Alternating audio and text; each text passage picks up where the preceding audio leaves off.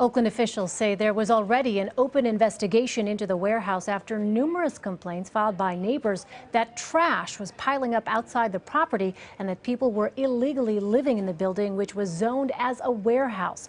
For more, we are joined now by retired New York City Fire Department Lieutenant Frank Papalia, who has over 20 years of experience with the FDNY and 30 years experience as a volunteer firefighter.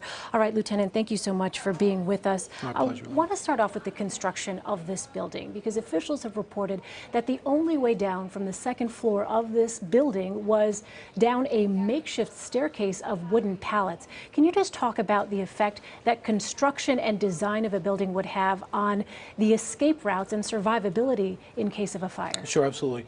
So the building was intended use was as a warehouse. It was converted, and as you can see from the pictures you've had on your screen, they converted it into an artist residence, really, where they stayed and worked.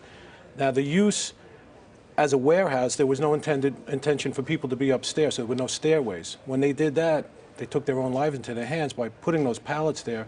In addition, the threshold for fire safety is different in different types of occupancies. It's lower for a warehouse than it is for a residential place. And that's why the fire was able to spread that fast, and the people were not able to get down. So in terms of just working smoke detectors, fire alarms, sprinklers, there would not have necessarily been the same requirements as if this had been zoned residential? Absolutely, absolutely. There was no sprinkler system, and there probably were not enough smoke detected for it. So would that take away a criminal culpability with respect to a building being required to have it if there was, in fact, no working sprinkler, no working smoke detector, smoke alarm?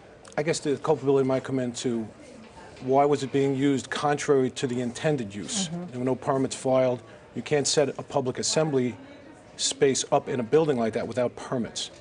So I don't know where the investigation will lead them to that. I know that their buildings department is on top of that from watching your reports. You've got decades of experience working as a firefighter, decades of experience with the FDNY. We heard Carter Evans, a reporter there in Oakland, describe the scene as firefighters going bucket by bucket through this debris. Can you just talk about the difficulty in trying to recover bodies in a situation like this? Sure. It's reminiscent of 9/11. The conditions are terrible. It's not just a pile of wood. You have burnt wood, you have stuff that's going to collapse, nails, things like that. Plus, you also want to maintain the integrity not of the building, but of what's now the victims. So it is a painstaking operation to remove the materials to be able to get to people. And as far as we know, officials have not been able to reach the area that was the source of the fire. How difficult might that be? How long would you anticipate something like that would take? Well, that's cause and origin. That's the fire marshals will be on top of that. It's a very difficult task to begin with, but since everything collapsed and the fire, from hearing, was reported on the first floor, the roof collapsed, the second floor collapsed. A lot of material has to come out until they're able to do it. It's a science. The clues will take them to it.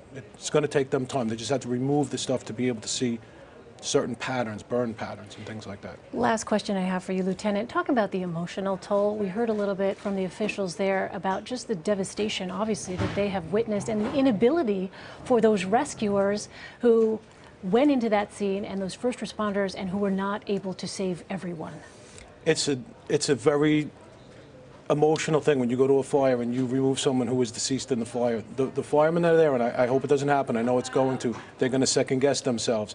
What if I drove down this other block? What if I went in this door? What if I made a left instead of a right? It's going to be something that they're going to have to really come to terms with and hopefully get some counseling. It's a very difficult for them. All right. Frank Papalia, retired New York City Fire Department Lieutenant, thank you so much.